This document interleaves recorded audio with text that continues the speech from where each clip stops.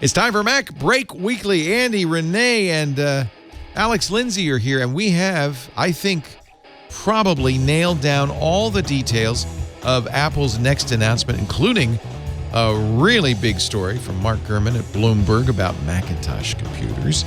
We'll also talk about problems with the new MacBooks and why you shouldn't worry if your Apple Watch delaminates. It's all coming up next on MacBreak Weekly. Netcasts you love. From people you trust. This is Twit.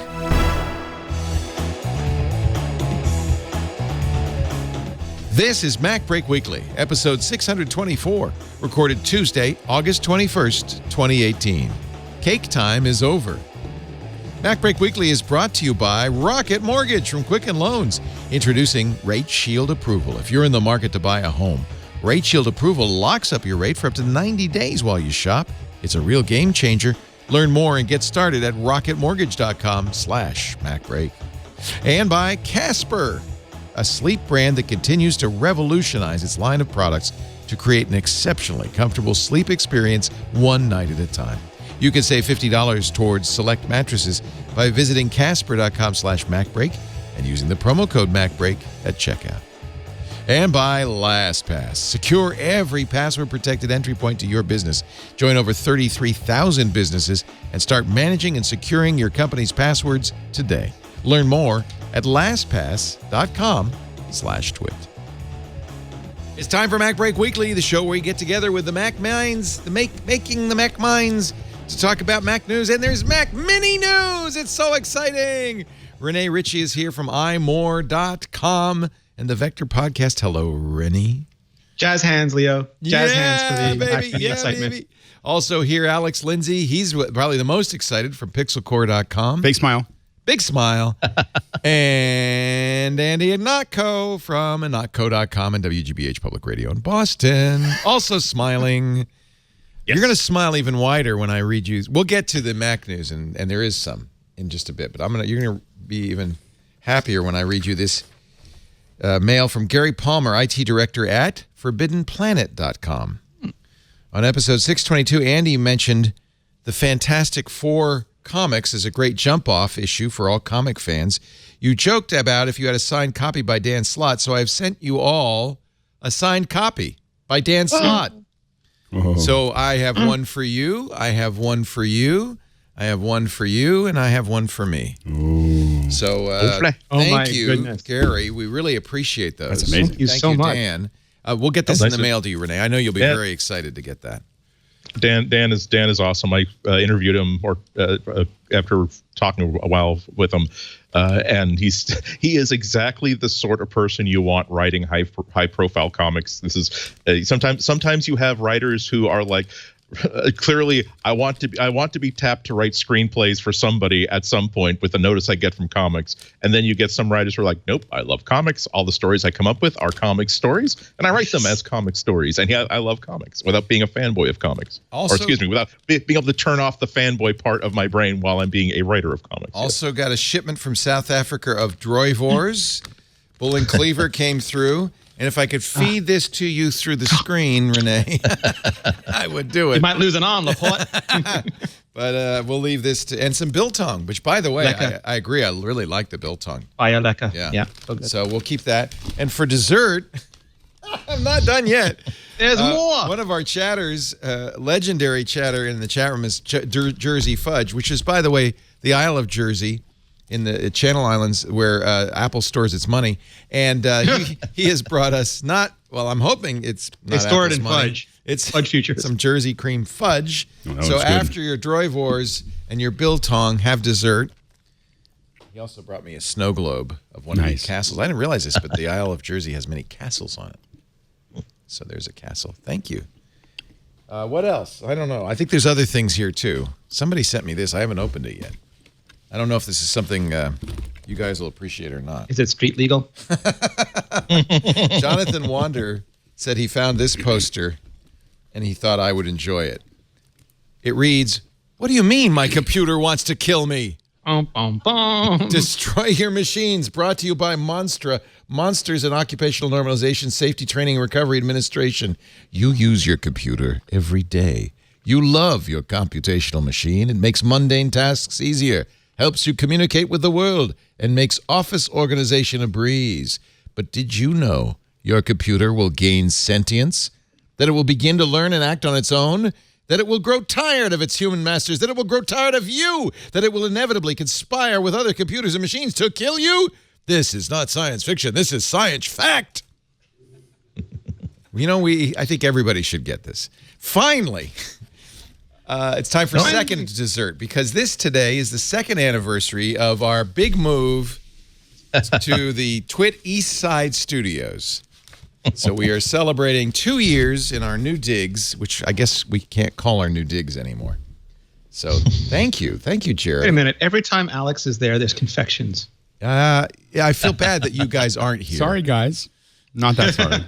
Eat for us, Alex. Eat for us. And by the way, thank you to the fellow who sent me this poster. I should have thanked him.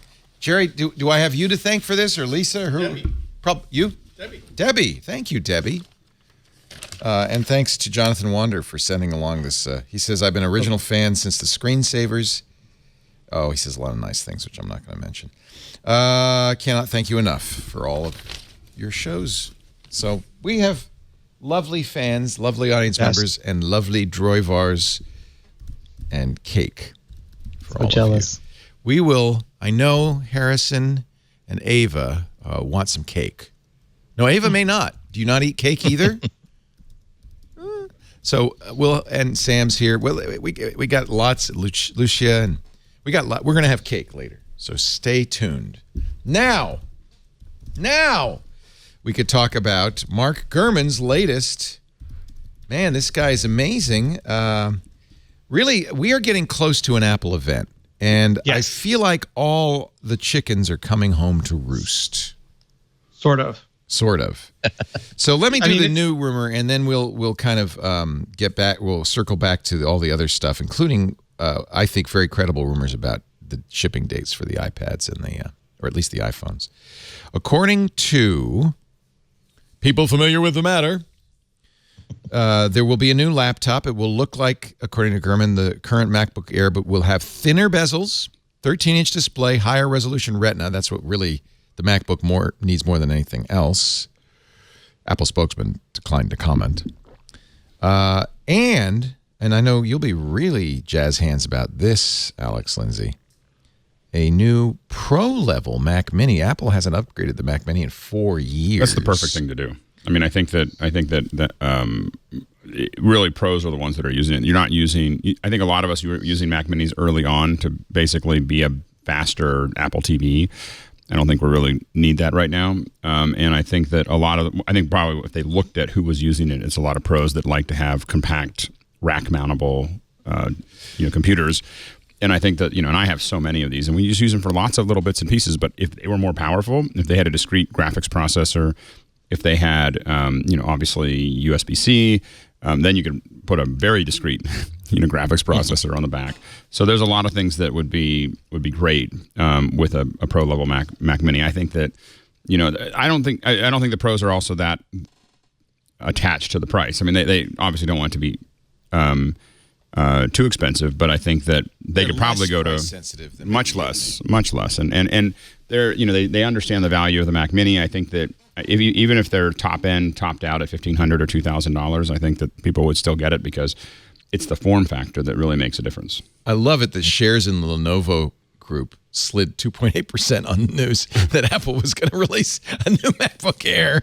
That's the thing. Ben Beharin talked about this 3 months ago, I think, when the rumors first came out, that there was so much space being left in the PC market because Apple just didn't have an updated sub $1,000 offering, and it was their space to lose because they basically invented the Ultrabook, and they really needed to get back in that game. Yes. And I think it creates kind of a nice blend between the upper end iPad and the lower end. There's a little bit of crossover there where you can kind of make a decision that all the prices are about the same. That's good. Yeah, but once again, we're running into the observation that every single time they take the Volks computers in the Mac line, suddenly it gets the word Pro ahead of it. which gives license to say, well, how about we start at $1,000 now instead of starting at $500? And well, what if we add these features that are not going to be significant to people who just simply want to add a Mac to their desktop? It's I don't know if I want to call it concerning, but a continuing data point in the theory that Apple is transitioning the Macs away from consumers exclusively and making it into a pro line of desktops and trying to get people who would come into an Apple store to buy a sub-$1,000 MacBook Air or a $500 or sub $800 Mac of any kind, basically steering them towards getting an iOS device instead.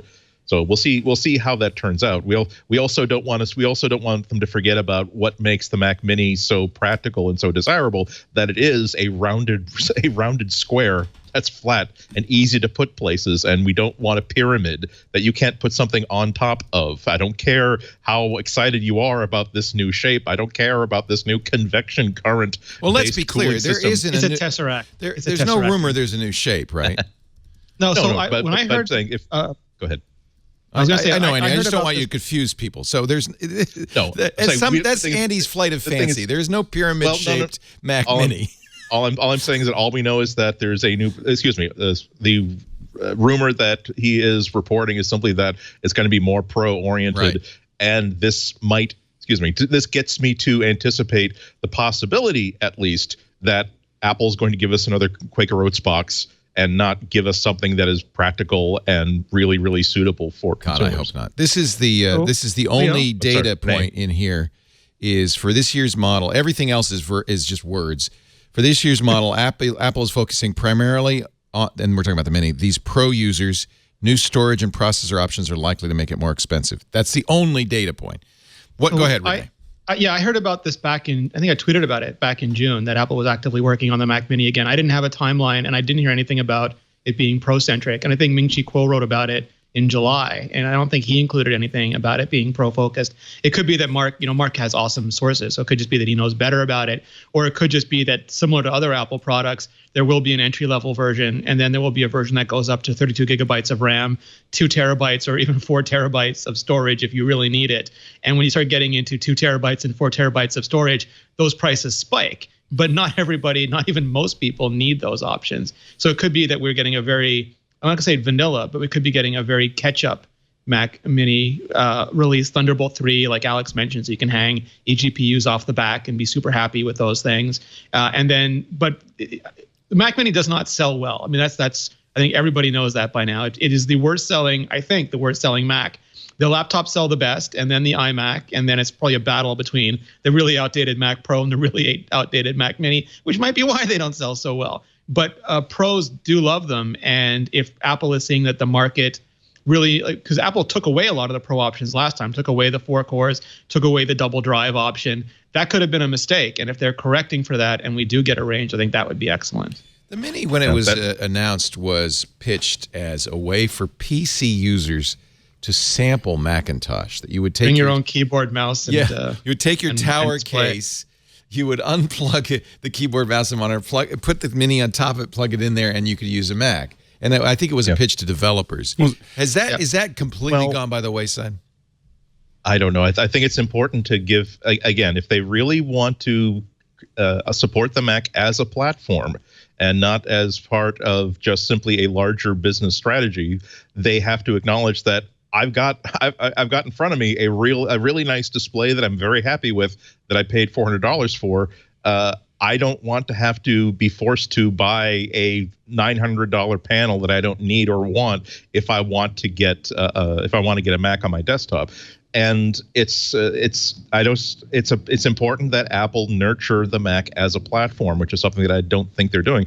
If the Mac Mini is indeed such a bad selling piece of hardware, then I don't think we go to the idea that, I don't think we jump to the conclusion that people don't want inexpensive Macs. We go to the conclusion that maybe the reason why the school system is so underperforming is because you're taking money away from it, and you're not giving it any resources, and you're not helping it to nurture. You have to basically tell people that the Mac Mini exists. You have to basically keep making it better and better and better every single year. If Apple decided to make, I still have this fantasy of a Apple TV sized Mac Mini that goes for way under $500. That would be very capable of running most of the Mac apps that people kind of want, but would be so inexpensive that people would just, and be so Apple-y in reliability and ease of setup, that people would just simply say, I need a computer for the living room, or I need a computer for the house. We're not getting the job done with just issuing laptops to everybody. That would be such an interesting and creative product. You don't sell Mac Minis by telling people that we're not interested in updating it, we're not interested in making it useful for 2018. Please buy a Mac Pro instead. That's what I think is causing the failure with the Mac Mini. Here's a $64,000 question. When? October. Not next month. No. They're not going to get anything in the way of the phone. How about iPad? No, so, Will they let iPad no, so hold on one second. There's two Apples, and it's hard to predict which one will show up at any given time. There's the Apple that thinks, and they've done this. They've done a couple times where there's only been a September event, and basically Tim Cook says, clear my skies. And nobody wants to have to ramp up for 2 events. They have a lot of other stuff to do, and they put everything together. And you just get product after product after product until you're almost exhausted. And it's amazing, but it's terrible. And then there's the Apple that, like Alex said, doesn't want to get anything else in the way of the new iPhone. Although this year it's an update. It's not a radical new redesign. And then you have the iPhone and iPad in September and the Macs in October. If there's there's enough new products that maybe the Macs could carry their own event, but it would be hard because there's no radical redesign aside from the MacBook Air. I don't believe the new iMac is ready yet. I wouldn't be surprised either way. I wouldn't be surprised if they don't do an event at all. I mean, I tell you why I would be. The Mini, no, but there has been such a long time between the last Air, and this Air. When was the last time they did though? But I feel like this, for the exactly reasons that we just discussed, Apple will want to tell the world the Ultrabook is back. You don't have to buy a Lenovo. Mm-hmm. So I feel like that, and remember, Mojave is a big deal for Apple too, and that's going to come out presumably day and date with these. If not earlier, because it has to. Now they're sort of trapped because the operating systems work so much together. They need to have the features ready. That's on why both I think it's going to be one event. That's why I do think it's going to all be at once. It's funny. I have pretty good reason to believe that Apple, like any company that has a massive success, with the success of the iPhone, that the people in charge of the iPhone have become a dominant force within the company, and they have a lot of weight, and they can affect other divisions with their needs and wants.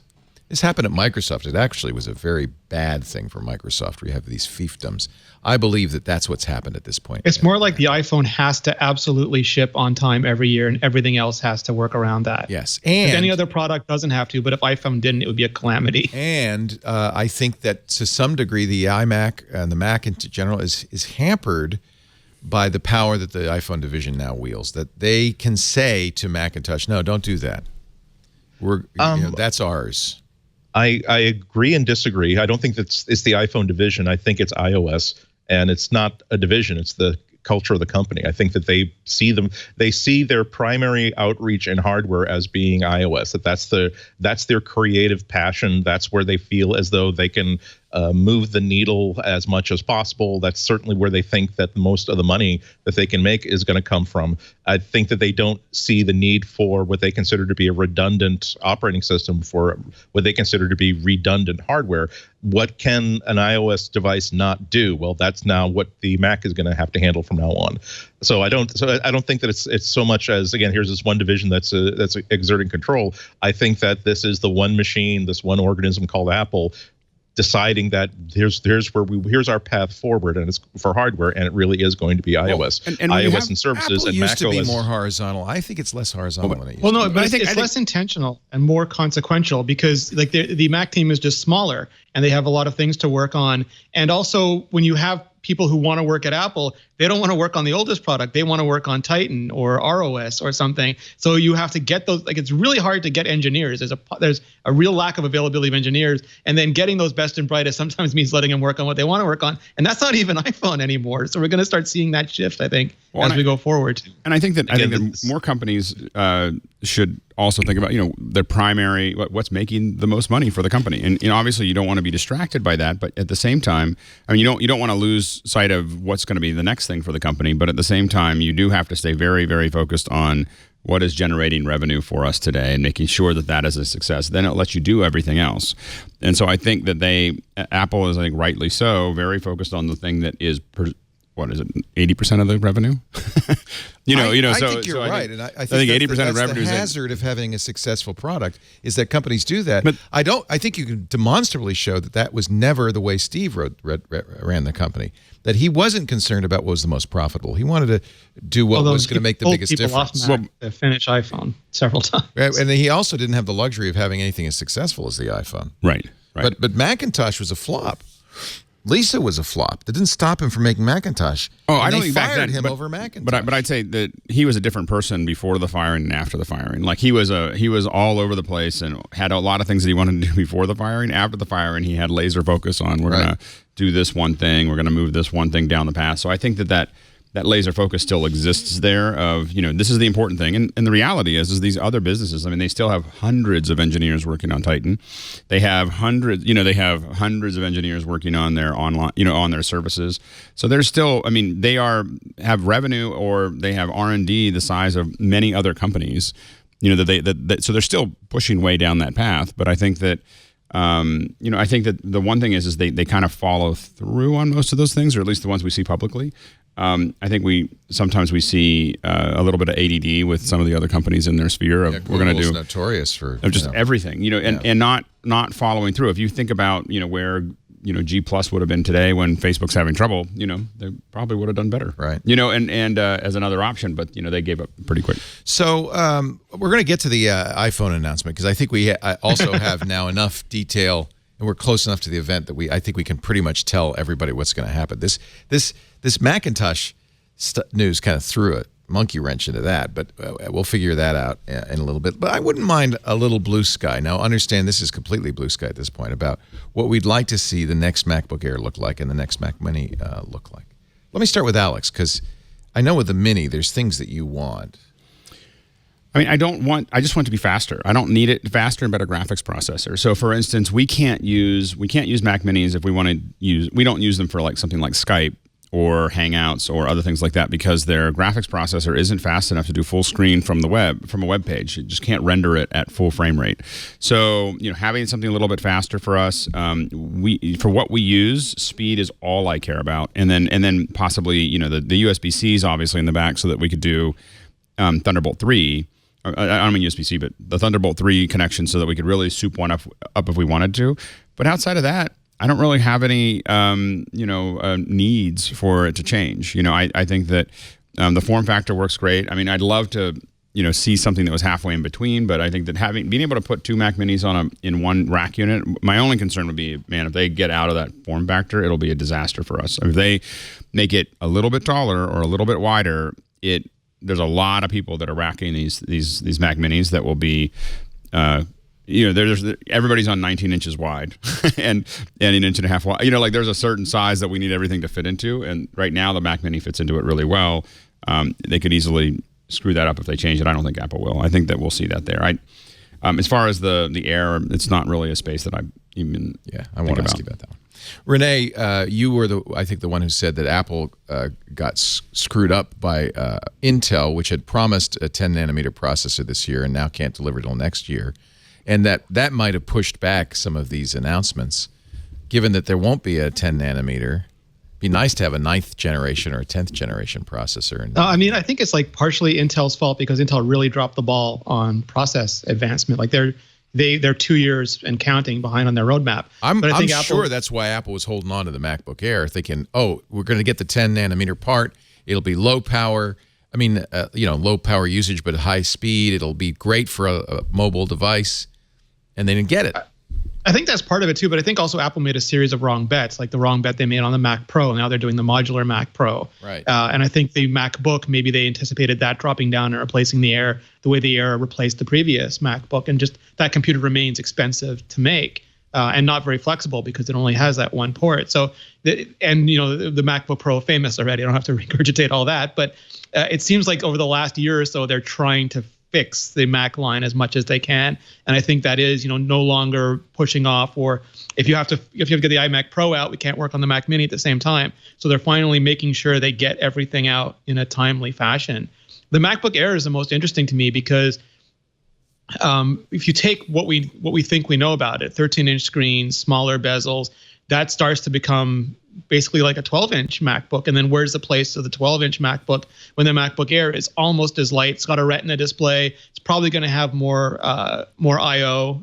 It's going to have, instead of the Core M platform, which Intel calls I now, but it's really not I, and nobody is fooled by that Intel. It'll have proper core processors in it. I just don't know what the value prop is for the MacBook anymore, or for the 2-port MacBook Pro maybe. So to me, it's like, I think we have a fairly good, well, we're guessing a lot about what the new MacBook Air will be, but I think it will radically change how Apple has to look at its entire MacBook lineup. Do you think it'll be a pro-ish or it'll be a consumer-ish? No, I mean, there's two rumors. One is that it's going to be higher end, and I don't think that's good because they have all the higher end laptops they need. Right. They really need something at that $800, $900 price point because that's what they've been, glaringly annoying for the last few years. Do they though? I mean, could they leave that out? No, it's MacBook Air was one of their best-selling computers, and also because they haven't been updating it, it has left such all the Windows laptops are famously do not make a profit. They were run at razor-thin margins. They competed on price. Loyalty was to price, not to brand, and they were willing to take a slaughtering in terms of their profit margins to just be on the market. And without a good MacBook Air competitor, those companies are learning what it's like to make money, and that's not a strategic advantage for Apple. Just being out of that market is, I think, is detriment to Apple. Yeah. So being back in there, I think, is hugely important to them and to us. Yeah, I think Apple has a big problem right now where I don't see the majority of people who have $1,300 to spend on a laptop. Most of them are saying, would love to get good hardware for $600. I suppose I can go as high as $800 and plus tax. And right now, unfortunately, I can't give those people a good argument for spending an extra $200 or $300 for a MacBook Air. And it's like, Windows 10 is really, really good. Not only that, but the hardware is elegant. It's advanced. It really leaves MacBook Airs, even in the dust, forget about it just being having a low resolution screen. It just looks like a visitor from the past when you put it next to any Dell or HP or even a Google Chromebook, the higher end ones that cost $700 or $800. I need the ability to tell people if you're not looking for the luxury or the high end price level, here is a good thing to look at, and it's got an Apple logo on it. And I don't think Apple has been able to make that argument for quite some time. And it's not just the price point; it really is the idea of innovation. It's what does a MacBook Air do? And I'll include current MacBooks, and I'll include models that are coming out in the next couple of months.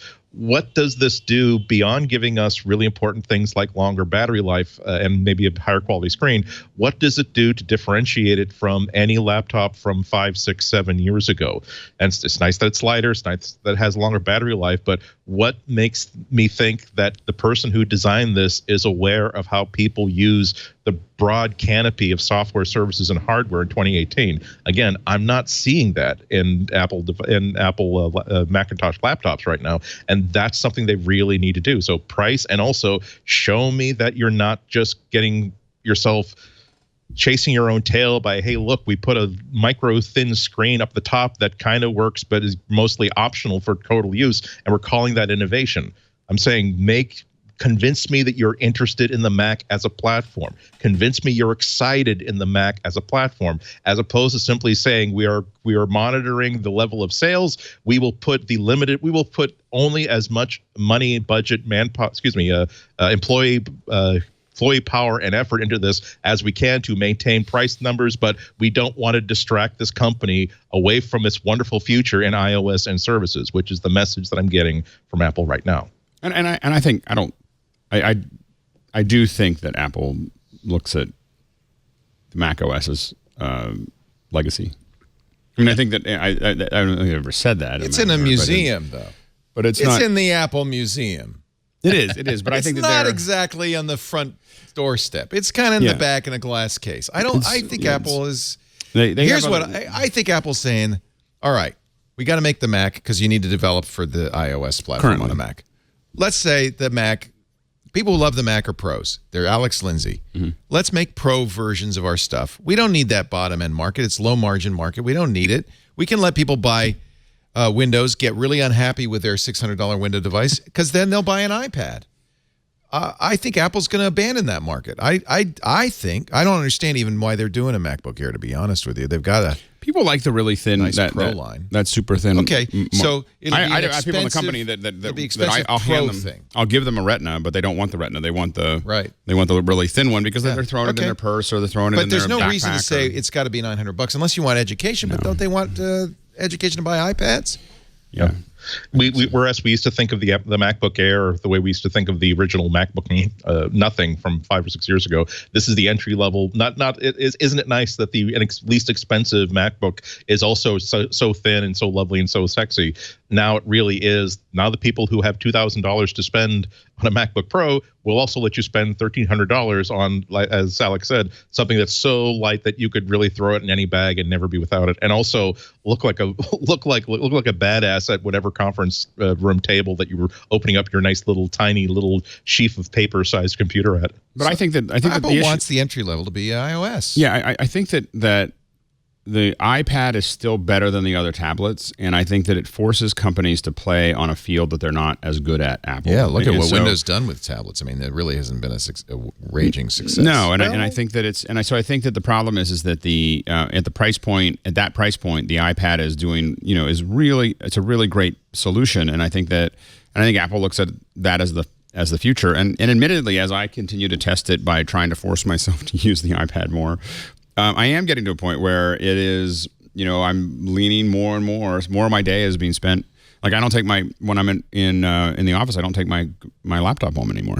I have an iMac that if I have to go to it, but what my portable thing is now my iPad that I'm now able to do most of those things, there, and I can see that as they keep on adding those features to iOS.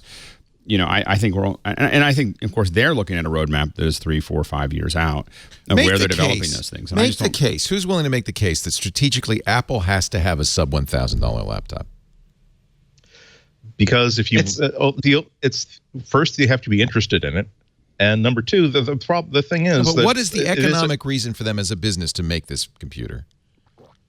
For people to get into coding at an affordable and easy to do level, which they can't do with iOS devices yet. Yeah, but they have Swift Playgrounds. I think they can't make apps. Yeah. Yet. I think we're one WWDC or two WWDCs away before we're coding on an iPad. But we're not there yet. People are. We're not there yet. Yeah. So that would be one case. So if you want to get kids in school to code, and you definitely want to get them to code on a Mac right now. Right, and people new to the platform, because so many people who switched over from developing web and developing other Windows, they bought a Mac Mini because it was the easiest way to get into it. Right. Well, I think the main reason is that computing is still the paradigm of you've got a screen, you've got a keyboard, you've got a pointing device, and that is not necessarily attached to the keyboard. And the iPad only has one of those three things. That again, having an iPad as your only computing device. That doesn't work really well. It's awesome if you happen to have a laptop or a desktop someplace else. I think they know that. I think that they think that this is they're in a. So that whole ad about what's a PC, they knew better. Well, here's the thing: what I'm saying is that for our age, here's what I'm about to say though, that Apple is in a unique position where they are the only people who make Mac compatible hardware. If they stop addressing the consumer market. They're basically asking everybody to drop all the software they're using, drop all the skills they're using and switch to Windows, which is something they probably are not going to do. That's the argument. Same thing with iOS devices. So I'm saying that this would be a less for them to abandon the consumer market for Mac devices is not as risky as Dell or HP, because there are a million people in business who are willing to jump on that kind of a mistake. With Apple, they can simply say they can trust that because of the relationship and with that a lot of their customers have with their company, that again they've had a wonderful experience with this MacBook, and they feel as though that and this consumer might feel as though I can transition very nicely to an iPad Pro as instead of coming back for the $900 version of a MacBook that's no longer there in the store. If they didn't have that sort of opportunity, this would be a disastrous choice. It's hard for me to say that there's to know for a fact what the business strategy, what the business case to be made for continuing sales of consumer grade Macs are, unless you feel as though this is an ecosystem and this is a platform that is worthy of evolution. You have to not just make inexpensive machines, you have to continue to evolve things forward. And like I said, that's not something that seems to be very attractive to Apple at this moment. Yeah, I think you sold me. Both you and Rene sold me. The clear case is that you don't want somebody to get their first computing experience on another platform because they'll never come back. Yeah, it's the opposite of a halo effect. It's a horn effect. Yeah, and starting with an iPad doesn't make that easy transition to Macintosh. So if you want to sell Pro units, there's no way to sell Pro only. You have to have an entry-level unit to get people into that cycle. That makes sense. It's like in one sentence, there's a difference between a product and a platform. I think that they're moving Mac towards being a product and stopping it to be a platform. Oh, okay. Interesting. Now I'm just I'll be as brief as I can. I'm not holding up the Google's Pixel book as like the ultimate of anything, but I'm just holding it up as an example of what you do when you have a company that is really, really excited about a platform and moving things forward. Right now, you have an amazingly versatile device that may not be that we started off thinking about as here is a laptop that only runs a browser. By this time next year, or even by the end of the year, we're going to have an $800 laptop that will give you all the advantages of running Chrome OS. So the simplicity, the not having to fuss with system or apps, the ability to make sure everything is backed up in the cloud, the speed, the lightweightness, but also when you have to run Photoshop, you basically soft boot into Windows 10, and now you have a Windows 10 notebook. Or Chrome is working just great for you, but it would be nice if you could take this app from your phone and also use it. It will also they're building this thing that will dual boot into Windows 10. You can run a lot of, but not most, Android apps on it as well alongside Chrome OS. And you can also, if you get a Debian Linux app package, with all the great UI and all that sort of stuff, all you have to do is download it and double click on it to install it and launch it on this thing. And that's to say nothing about having a touchscreen alternate interface, having to have like a nice little hinge on it, all that cool stuff. I'm not holding up this device as the ultimate what Apple should be making, but I'm saying whereas Google is making and Windows makers are making computers that are as exciting as that, Apple is saying we've given you a tiny little OLED screen on our $2,000 version of this. That doesn't really do anything that hasn't been done on our PowerBooks and MacBooks for the past 10 or 15 years, but it's still nice, isn't it? So as an additional data point on this 13-inch, I'm wondering whether the MacBook versus whether it'll be called a MacBook Air or not, I don't know. It sounds like this story from Digitimes sounds like this may be evidence in one direction. They say that Apple was working on a new MacBook, entry-level MacBook, but when Intel missed its ship deadline for the 10-nanometer chip and said it won't be out till the second half of next year, they changed the design to use the larger 14-nanometer Kaby Lake processor, which meant it had to be bigger and more expensive, $1,200. So does that make sense, Rene? Does that fit with your picture? And then what happens to the MacBook versus the MacBook Air? Will they still do a MacBook Air, MacBook? What? Yeah, that's why I think Apple has to really figure out what it wants to say with its laptops. And again, it's hard to tell when there's been rumors that it's really going to be under $1,000. But it could be the entry level one is $999, and then if you want one with an i7 instead of an i5, it's $1,200. Right. You know, with double the memory, double the storage. If you don't want 4 gigs of RAM, you're going to spend more. You know, that's what Microsoft does to a T. They put out a really kind of low end, crappy device, and then for $150 more, you can get a decent device. Apple does the same thing, and it's basic marketing. What you always want to do, it's the opposite of airlines who make you miserable, and then you have to fight your way out of it. Is you give people very easy to swallow chunks, like you can get double for just this, and you're like, double for $100. Then I can double this for another 100, and they don't realize how much they're spending because it just sounds so wonderful what they're getting. Right. So we don't really know whether there'll be a MacBook and MacBook Air, or if this is the new one-size-fits-all MacBook, but it's a little bit bigger. Yeah, I mean, the MacBook now is sort of an executive. I want the lightest absolute Mac that I can fly with. I want basically an iPad, and I'm in MacBook's clothing. Lisa loved her MacBook, but now she's saying it's a little too slow. There's exactly that example. Yeah. She's the CEO. She doesn't need huge horsepower. She wants light, convenient, but it has to have sufficient horsepower. Right. And that processor I'm not a fan of the Core M series at all. It's just really laggy. And she's finally gotten tired of it. She came close to buying the new MacBook Pro, but it was too big. So she's the, I know people who sweet develop spot on the, for that market. And there are people who develop on the M7, and they're fine with it. They're patient people. I look at that, and then I look at what Apple can do with an A11, and I just weep. Yeah. Because the A11 can do 3 streams of 4K, and the MacBook can't do. We should point that out. This is all interim. In fact, you have a good article on ARM, the future of ARM. Let's take a break, and let's talk a little bit about that. And I do want to get to kind of nailing down what's going to happen on September 12th. Sure. But and why I say September 12th.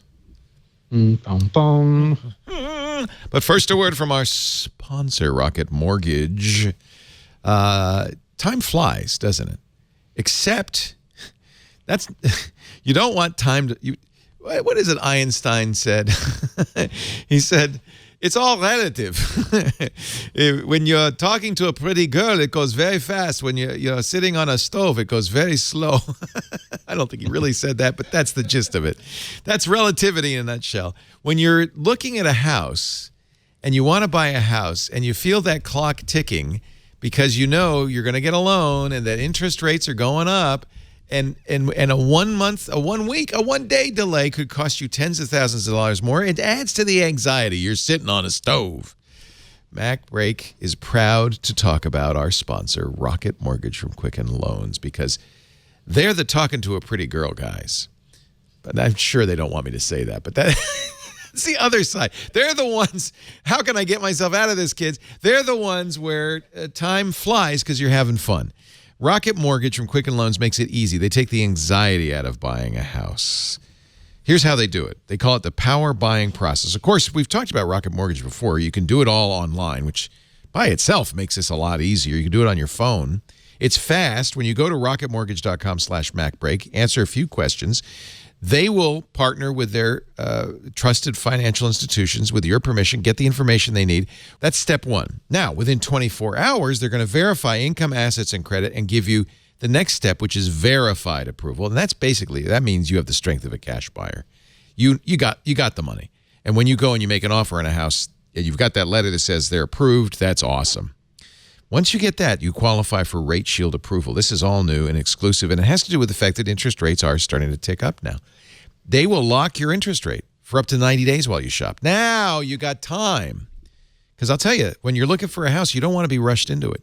You want to be able to get the right house.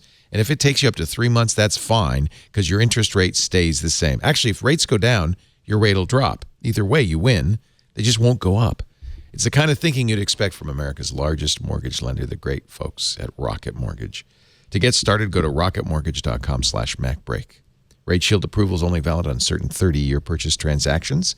Additional conditions or exclusions may apply based on Quicken Loans data in comparison to public data records. Equal housing lender, licensed in all 50 states, NMLSconsumeraccess.org, number 3030.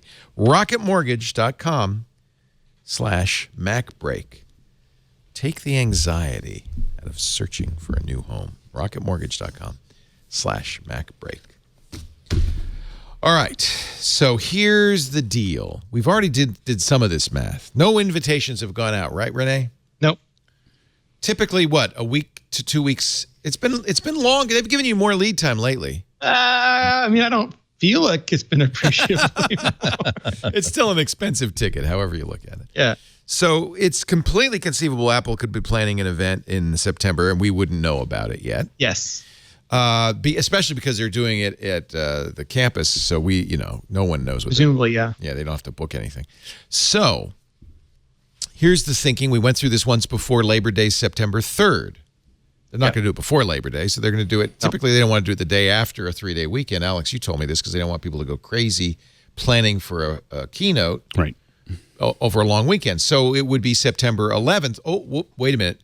That's a bad day. In fact, I didn't realize this, but in 2012, they had an event that would have been scheduled September 11th, and they moved it to September 12th, the next day. They like doing Tuesdays, but given that circumstance, and everybody likes doing Tuesdays, by the way. Like Tuesday is the day that a lot of people do it because it gives you gives you Monday to prepare for it, and then you're not working over the weekend, and it gives you the rest of the week to follow up and get the PR out before you go into the weekend. So that's why you see all your albums, all your movies, everything. Movies for rental or whatever. Yeah. Tuesday is the day that you do all those launch cycles because that gives you Monday to prep and gives you the rest of the week to manage it. So they can't do September 11th because it's September 11th. So they would do it on a Wednesday, September 12th of the following. But here's another data point. Pre-orders, according to some German carriers for the 2018 iPhone, will begin September 14th. Which would make sense. That would be exactly what would happen if you had an event on September 12th, right. the Friday at midnight, right? Yep. And we've seen other information that deliveries are going to begin September 21st. For all the usual dates. Yeah. So now it's possible that all of these other people are doing the same calculation we are and saying, "Oh, it's September 12th." But it sounds to me like there's just a lot of data points kind of.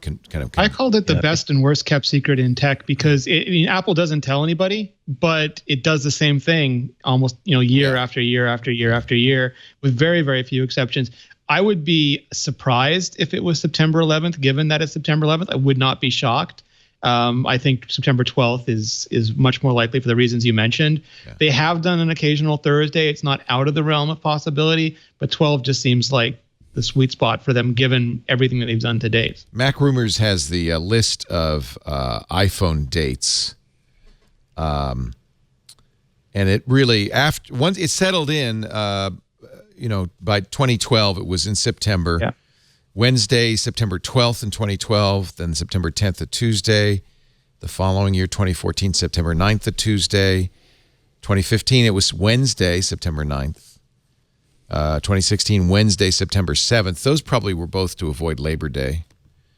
Yep. And then last year it was Tuesday, September 12th. So a Wednesday, September 12th this year is also previously they used other facilities who wouldn't let them in over Labor Day weekend, so right. They couldn't really. That's another issue. Yeah, but now that's true. That being it's so much more sane, for Apple to now have their own theater because now. They don't have to. There's no load in. There's no load in 3 days before, or 5 days before, or whatever. They're able to work on this. You forget something, and you say, "Oh, let me go to my office." They can rehearse. They can rehearse. Here's one of the big things they can do is they can rehearse in the theater without all putting summer. Tim Cook in a limousine. But also here's a section we want to work on. They're no longer going to something that isn't the actual place that they're doing it, and they can make sure that the pipelines work and the audio works and the video is just right. And so it's a huge. Bump up for them, and the presentations will be cleaner. You think that they have that when they were building the everything they're going to be doing for that theater, they also built in a rehearsal space, just like regular theaters will. They have a rehearsal space. Like a taped up. Here is where all the marks are for the stage. Here's where we're going to be putting everything without having to tie up this other theater space. Yeah, they definitely have rehearsal spaces that are somewhere. I've never seen them, but I've heard about them from people who have presented. That there is rehearsal spaces in Cupertino that are Apple's, where they go to rehearse before events. But not at the Steve Jobs Theater, maybe inside the ring. It's somewhere. Yeah, and it's not inside the ring. There's ones that are in the offices, and again, I've never seen them myself. But I've known people that have gone to. They're on the keynote. they're an external vendor on the keynote, and they get to go to some secret building that they work on. But I think that the big advantage that Apple has by having it in the in the new theater is that they can really, when they get to that last little bit, probably now, they can test a handful of things, close off the facility and, test it in the environment, make sure that it works, which means that it allows Apple to be much more aggressive. Right now, a lot of what you do when you do an event is you're very conservative because it's what you could do. What can you do in 4 days, or 5 days, or 6 day load-ins, or whatever it is. If the more they rehearse at Graham Auditorium or at Yerba Buena, the more there's a chance that it'll get out. So now they have the ability to have it very top secret. And so I think that I don't know if we'll see it on this one, but I think that those presentations could get more interesting because I think that technologically they can be a lot more aggressive because they have a lot more time to plan, prep, and test. And so I think that we'll see better and better presentations from that theater. Now we can thank Kyrgyzstan for the following data point. Good old Kyrgyzstan and Kazakhstan and Armenia, Belarus, and Russia, they all require filings ahead of any encrypted devices to be sold. So yesterday, Apple filed 6 new Apple Watch model numbers with the Eurasian Economic Commission. A1977, 78, 75, 76, 2007, and 2008. This is all according to a French blog called Consomac. All of the models run watchOS 5. Will these be Series 4 watches? I think almost certainly. Yeah. Will they announce them September 12th? They kind of have to, if they because can. iPhone and Apple Watch are still paired products. Like now that it's got LTE, it's still a shuttlecraft. Now that it has LTE, it's got minimal warp drive capability, but it still can't go too far from Starship iPhone. So keeping those things together and the software releases go together and all of that in tandem. And that's what they've done for the last 3 years, ever since the original. Let me put it this way. How sad am I going to be that I bought a ceramic Series 3 watch? How sad were you when you bought a ceramic Series 2 watch, Leo? I don't buy any. I have to admit that is the one thing that I definitely decided from version 1 is that I'm buying the cheapest cheap because the functionality is the same, and I know that I'm buying another one in a year. Yeah. And I do the best I can to take care of it. I think the first 2 or 3 I had like a big case around it, and I put a thing over the top, and now I just wear it. And it's fine. I don't see any reason to buy the more expensive ones because you're just gonna, especially if you think you're going to upgrade. If you think you're going to stick with it, it's fine. But you know that this market is volatile. They're going to make a new one every year. I just think you get the cheapest one if you're the type of person that wants to keep up. Yeah. And I think that Apple hasn't had any success with the edition level of watches. No. Where they started off saying we're making a breakthrough into fashion. We're tapping into the timelessness of horology, not just simply gadget making. And then as they figured out the product, they said, no, people just want a stylish fitness watch that also receives notifications so you can take phone calls on. And so really the sweet spot is still aluminum and stainless steel. I guess what I'm really asking is how expensive is it going to be September 14th? How much is going to go on their credit card? All the money, Leo. All the money. Because I think, will we also have new iPads? Am I going to be buying, in other words, Yep. for Megan Maroney, my wife, and others in my family, new iPhones, Apple Watches, Yes. iPads, and Yes. MacBooks? Potentially. No, I think you're going to be buying those bunch of things Mac Minis. also for Rene and Alex and me and my cousin who's No, I got a comic book for you and some cake. That's it. okay. That's all you're getting. That's good enough. That's all you're getting. Yeah. And we will put a piece of cake in the comic book box if you want. Yay. Is the comic bagged? Yes. Yeah. Okay, in that case. Sealed, one of those sealed in the bag. It's going to be cool. It's going to be cool to see what the entry level watch is going to be. Whether they find some room to drop the price even further, or how powerful an earlier edition watch they decide to rebrand as the entry level $249 model. Yeah. Because that was one of the that was one of the most important steps I think they took with the Apple Watch. Because now it's so hard to convince anybody with an iPhone to spend $250 on anything other than an Apple Watch, because they're great fitness watches from $200 to $300, but it's such a unique product, and it's so uniquely wonderful when paired with an iPhone. It's hard to sell somebody a Garmin unless you can sell them on the super advanced training features of a Garmin device, or you can sell them on the fact that this costs half as much or it's even smaller.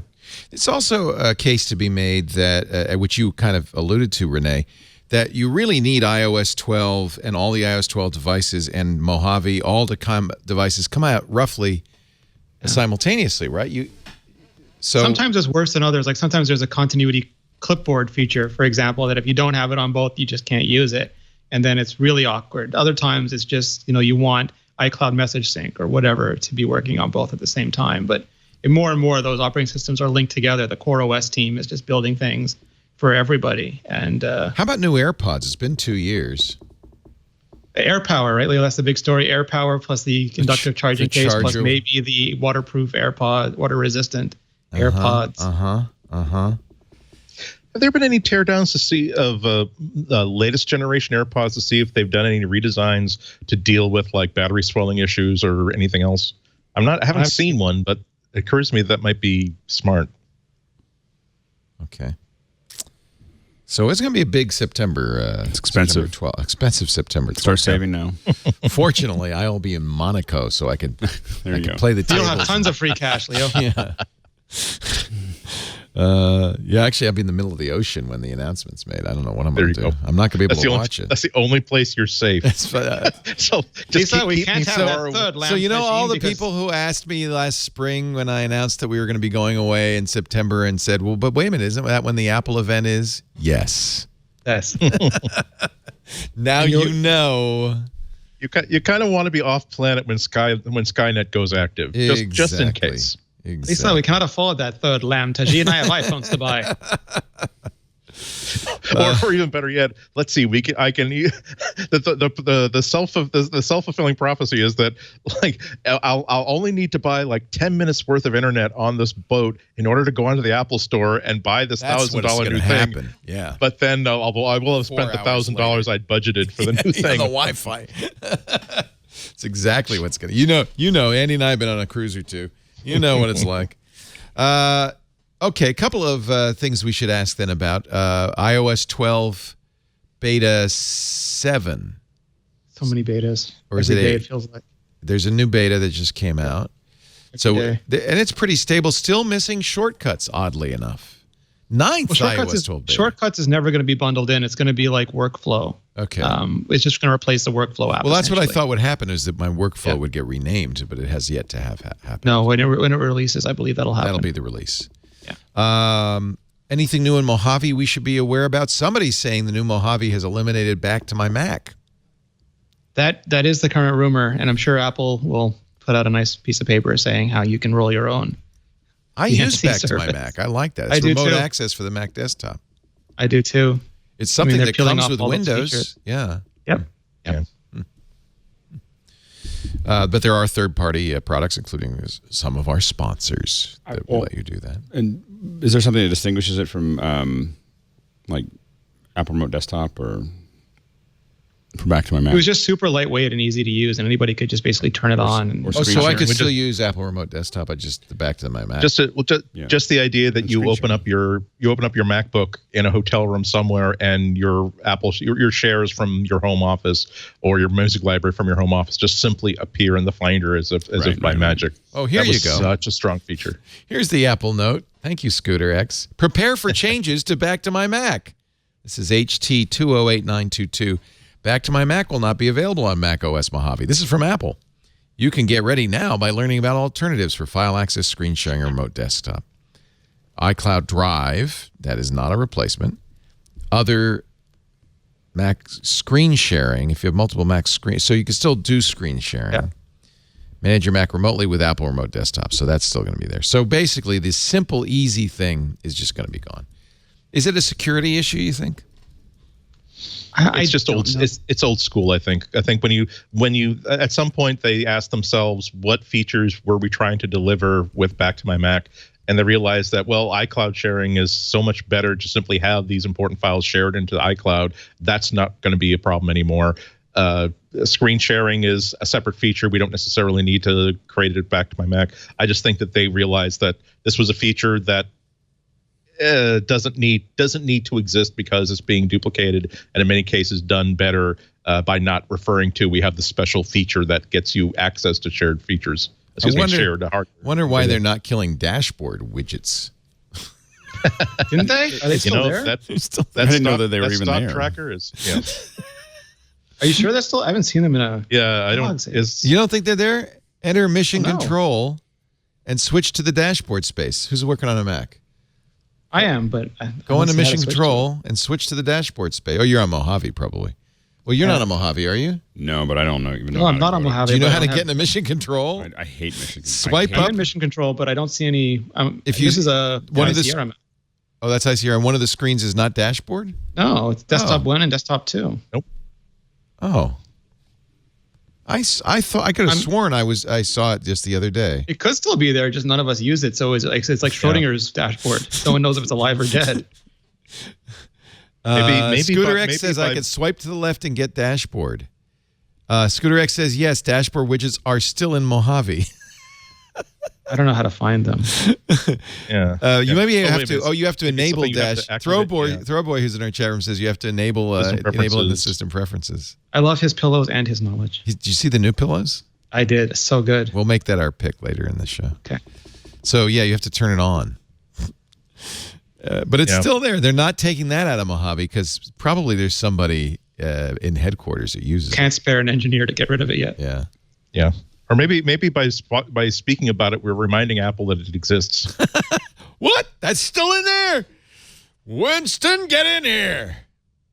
Someone has the cushiest job at Apple ever, which is to keep dashboard and widgets running fine. People stopped using it 3 years ago. Are you still making those dashboard widgets? You never told me to stop. He takes a lot of long Winston's office is on the roof. Yeah, exactly. He's got a nice little picnic table out there. Apple Car. This is the craziest story that we're doing today. The Apple Car, according to Fast Company, actually according to Ming-Chi Kuo, it's being quoted in Fast Company. Ming-Chi Kuo, I love you, Ming-Chi Kuo. The Apple Car will launch between 2023 and 2025. There are absolutely no supply chain sources for Ming-Chi Kuo to exfiltrate information about Apple Car. No. This is more the analyst note that, you write to investors. Yeah. We expect that Apple Car, which will likely be launched in 2023 to 25, will be the next star product. Well, okay. That's crazy. That's just crazy talk. Yeah. In fact, the last we heard, Apple wasn't going to do a car. They're doing a car, but I mean, this is something you tell investors who are panicked that the iPhone glory days are over. Yeah. Keep buying. Well, and again, I'm going to say this because it's far enough out. I still think that there is a play for Apple as you look at Apple Pay, and then you look at their products and you look at cars, that they could build. They're one of the only companies in the world, when they release the car, of being able to build a closed loop of credit and of credit. Basically, that you Apple are putting into an Apple saving, basically an Apple bank that we put into, put our savings into, that is only using the money so that to give money to other people who are buying Apple products. There's no company in the history of the world that's been able to do that. And it would be, and I just think there's a lot of people that'll be like, because Apple Pay is ready to basically, more and more and more, it could just step in the middle of all of that, and it wouldn't have to be something they do overnight. It'd be stuff like being able to pay people. And right now, Apple's already kind of holding money in that account. Like if I pay you over text, they're already, hanging on to that. And what if that just, that could be something that just slowly grew in feature sets, but it is a, when you think about how they increase value, they're the only ones that are selling enough of that to do both things at the same time, and the only ones with enough cash to pull it off. You make it sound like we're like minors who are forced to buy all of our food and clothes at the company store. It's just an incredibly efficient financial loop. That's all. I mean, it's just it is amazing. Like if they do it, it'll be amazing. That's all. Sure. You can switch to Windows, but of course we're going to demand the $11,000 that you owe us for software and services immediately. Let's take a break. How did you sleep last night, my friends? I slept good enough. Well, you need a Casper. I slept like a baby. Casper, the online retailer of premium mattresses, And it's a fraction of the cost because they eliminated the middleman. No more mattress showrooms. The markup in a mattress showroom is about 100% or more. Instead, you buy it direct from the factory and you save. Caspers are made in the United States, obsessively engineered, by the way. Not just made, but they really spend some time testing and thinking. The original Casper mattress, which what I sleep on, combines the multiple supportive memory foams for a sleep surface with just the right sink, just the right bounce. It's breathable. I for some reason, I get hot at night. I need a mattress that keeps me cool, and this is it. It lets you regulate your temperature through the night, and we know, science says, that's important. You want to be a little cool at night. Mattresses from Casper last a long time. They provide comfort. They provide support. You can buy them online easily, and I should emphasize, risk-free. Casper knows that, because they don't have the showroom, you got to try. Truthfully, you can't really try in 10 minutes in a showroom, but you can. When you get a Casper, you get 100 days to try it risk-free. Free delivery, painless returns, every penny refunded. You don't have to lie down in a showroom. You can try it in your home. Free shipping and returns in the U.S. In Canada, Casper mattresses uphold the highest environmental protection standards and are made in the U.S. of A. You're going to love your good night's sleep with Casper. Here's the deal. Get a Casper mattress today. You'll save $50 towards select mattresses when you go to casper.com/MacBreak and use the code MacBreak at checkout. Terms and conditions apply. Casper.com/MacBreak. The promo code is MacBreak. You're going to love it. Casper.com/MacBreak. I want to mention a couple of issues that people are talking about with the new MacBook Pros. One I've actually experienced, the speaker crackling, but I only experienced it once. We were watching a Netflix movie. At the very end of the movie, for no apparent reason, Lisa and I were watching on the laptop, it started going crack, crack, real loud pop, crack, crack, crack, crack, crack. It was like, what's going on? I shut it down immediately. It was fine. And that hasn't bothered me since, and I figured, well, I don't know, something weird happened. But there are a number of people saying that they have MacBook Pros with crackling speakers. This is a post on the MacBook Pro subreddit. A guy actually tried to figure it out. He was able to. He uses Logic, and he makes it. Oh, that's a different one. He makes it music on his MacBook Pro. And he was able to pinpoint the crackling when there was a large dip in the CPU. Seconds after the dip in the CPU, the graphs returned to normal and the audio recovered. So these dips here that you see in voltage, in frequency, even in temperature and utilization, were, to him, correlated with the crackling. Have you guys heard any of this crackling or popping? I know you've heard the stories. I have not experienced it, no, which is frustrating because you always want to try to troubleshoot stuff that your readers. It doesn't seem like you can create it either. The other interesting thing would be if it's happening with external sources, like if it's a headphone jack or. So he uses an external. Let me see if I can read this.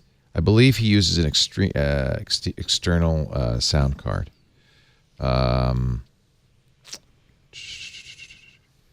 As a songwriter, musician, and audio engineer, producer in college, I rely heavily on Apple Mac OS and Logic Pro 10 digital audio workstation software.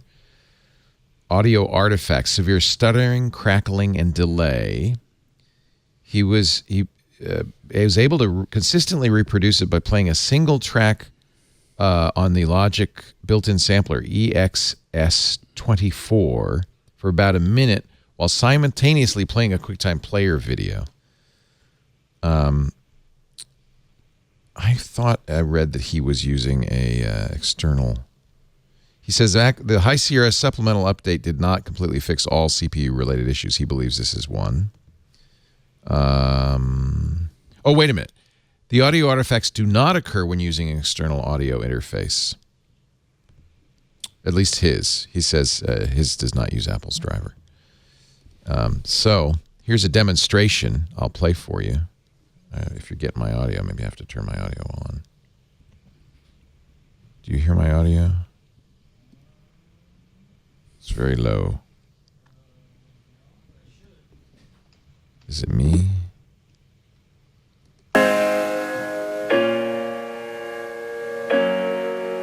So watch the CPU. So this is the same sample. Single sample. It's not like he's overtaxing the processor. But he does have that QuickTime video with the bubbles running.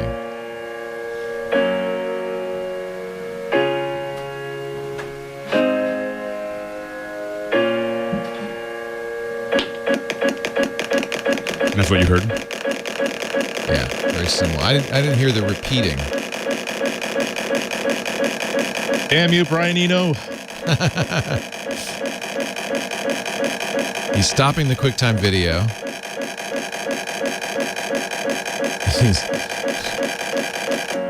And then it's come back. So maybe it's the CPU being taxed. But yeah, it's similar. Mine were extremely loud cracks and pops in the audio. It didn't, I shut it down more quickly than I should have. I should have recorded it. Next time it happens, I will. And that's on my i9 new MacBook Pro. Mm-hmm. So we've heard a lot about this. Apple said nothing. We don't know what's going on. They never say anything. They just investigate it, and then they'll put out a fix. Yeah. The other one is a little more concerning, and it seems that the T2 chips, the Bridge OS, is crashing on some people. I have not experienced this, but Brian Jones has posted, he's a Mac developer, has posted the core dump, and you could see that the cause was Bridge OS 2.4.1. That's the OS that runs the T2 chips in the new MacBook Pros. No one wants to panic there. But I'm seeing a number of people saying that this is also a common issue. No, it was hard at first to tell if it was the Bridge OS or if it was the new windowing server, which was also causing crashes for some people in multi-monitor environments, and Right. They might be two separate things. But I mean, like, one of the consequences of some of the more, what's the right word for it, attention-seeking complaints about Apple hardware is that the minute one is solved, everyone goes rushing to find let's the next find another one. And they get so much attention. And it's not that the problems aren't real. They're absolutely real. They happen every year with every computer, with every OS. Every time they fix, every time there's a new update, some percentage of people lose Wi-Fi and Bluetooth, and some percentage get it back. These are just incredibly complicated products, and there are going to be problems, and those problems absolutely have to get fixed. And write in your message boards, complain to Apple, do all that. But it's just this constant flow of, can we find the next thing, and Right. put it, trawl the message boards, trawl Apple forums, find anything anyone's complaining about, and throw it in neon lights. That's just, it's See, so that I'm not deafening. interested in. On the other hand, I one of the reasons I reread it a lot is that's where people go if, and some of these people are on their second or third MacBook Totally. and having the same problem again and again. It's got to be something that is unique to their situation, because I haven't, as I said, I've only had the crackle problem happen once. I haven't had it happen since. And I haven't ever seen, I don't think I have had any kernel panics. Although I should say my MacBook Pro, maybe this isn't true, because almost every morning when I open it up, it says, your Mac crashed overnight. Would you like Every morning? Many mornings. What? I'll open it up, and it apparently has rebooted. It's running, and it's rebooted. It's got and the error screen. It asks to be, to send the error message off. I'll save the And error. conceivably, I mean, it's not doing anything besides power nap and utility. Right, things. nothing's Well, going on, yeah. That's the hard part too, and that's what we saw, with the throttling issue, is that it's incredibly workload sensitive. So I don't have these problems. If people give me their workloads that are causing them, I'll try to replicate them because I want to see what's going on. But you have it's the butterfly effect. They're so complicated. You have so many people with so many conditions, and they have to be met, Right. and then it triggers an edge case. Right. And Apple just has to brute force and contact people, and often they'll send diagnostic tools to you or ask you for diagnostic information to try to figure out why it's happening. You can, I put a link in the show notes, Rene, to that speaker crackling post from Awesome. Reddit. So it looks like that's something you could duplicate. Run the QuickTime yep, video on absolutely. that and use that sample and see if you can get it to duplicate. Melbourne schoolboy, 16 years old, broke into Apple's secure computer systems and exfiltrated 90 gigabytes of secure files, accessed customer accounts. Australian police caught him because he put all the stuff he downloaded in a folder on his hard drive called Hacky Hack. I love that so much. He also boasted about it on WhatsApp. It's of course, not a firewall. he's It's a a firewall. He's a teenager, so he's in Australia is quite civilized. So his name has not been revealed. But I don't, Hey, Shlomo, let's play global thermonuclear war. his offending. This is from the Australian Age newspaper, his offending from the age of 16 saw him develop computerized tunnels and online bypassing systems to hide his identity until a raid on his family home uncovered a litany of hacking files and instructions all saved in a folder called Hack. His client had become so well known in the international hacking community, according to the teen's defense lawyer, that even mentioning the case in detail could expose him to risk. The Crown prosecutor also said Apple itself was very sensitive about publicity. So we don't know a whole lot of stuff. The search warrant, the kid was arrested last year. 2 Apple laptops were seized. The serial numbers match the serial numbers on the devices which access the internal systems. So where this is all coming out, I guess, in the case that is being tried, but his arrest was last year. I don't know what more to say about that. Yeah. If you're gonna do this, 16 is a good age, because when you're under 18, you're precocious, and when you're over 18, you're a felon. Right. I can say that I had this moment when I was like 18 or 19 where I was doing things that were not far removed from what he was doing, and I realized, oh, wait a minute, if I could now be tried as an adult for this, if the judge doesn't agree with me that I was doing a service to these apparently computers. The teen did tell the police he dreams of working for Apple. Well, it's a good way to get attention. You definitely exactly. You got their attention. You could. It's not unheard of. Now, I'd like your interpretation of this, because this is what The Age wrote. Further analysis found the schoolboy successfully accessed authorized keys as part of his offending. Authorized keys grant login access to users and are said to be extremely secure. Rene, are those the famous keys that Apple keeps under, lock and key? But evidently not. No, I don't think so. I mean, it's hard to tell because this doesn't seem like it was written by an information security author. I'd love to see somebody who knows what they're talking about write about this. And it sounds like he was rooting around in Apple's internal network, not in the customer. Like they do mention the word customer, but it sounds like he was getting data from Apple. It's hard to tell. Like, did he find out like Phil Schiller's password? I don't know. We don't know. It's just not detailed enough. Love to know more. 90 gigabytes. Yeah. Like, is it all the marketing photos that Craig Federighi complains about at every keynote? I don't know. I mean, who knows? Right. Apple's being probed in Japan over anti-competitive behavior. Yahoo Japan, which is not the same as Yahoo US, has a game platform. I'm not sure how it works, but it doesn't go through the App Store. And apparently Apple pressured Yahoo to shut that game platform. It's called Game Plus down. It launched in July 2017. Lets users play games without needing to download apps. Are they web-based? I don't know. And regulators are investigating Yahoo's assertion that it was Apple who said, it would be nice. It would be a shame if anything would have happened to your Games Plus platform. Yahoo told multiple business partners it was forced to cut back because of pressure behind the scenes from Apple. Well, I'll be interested to see how this, like, for instance, Netflix is talking about now having people order. That's the second story, right? Okay, sorry. Go ahead. Let's go right into it. So Netflix is starting to test the idea of forcing you to a web page to pay for your subscription there, as opposed to buying it through iTunes, obviously to save money, we would assume. But I have to say, as a user, what a pain. I mean, I probably would do it, but I'd be so frustrated because the whole advantage of having, not having to remember what your passwords are and not having to deal with everything and just being able to click on Bill Me through iTunes is such a it's such a luxury, to have it all inside of that. And I think Netflix can get away with it. I have to admit, when other people do it now, like if anybody else has it, like if I go, I want to get this app, and then they want me to go to an external and I haven't already built an account with them, I'm like, it's not worth it. The way they're doing it right now is you already have the app, you already have an account, but your account has lapsed. Oh, no, it says, no, I'm sorry, you're right.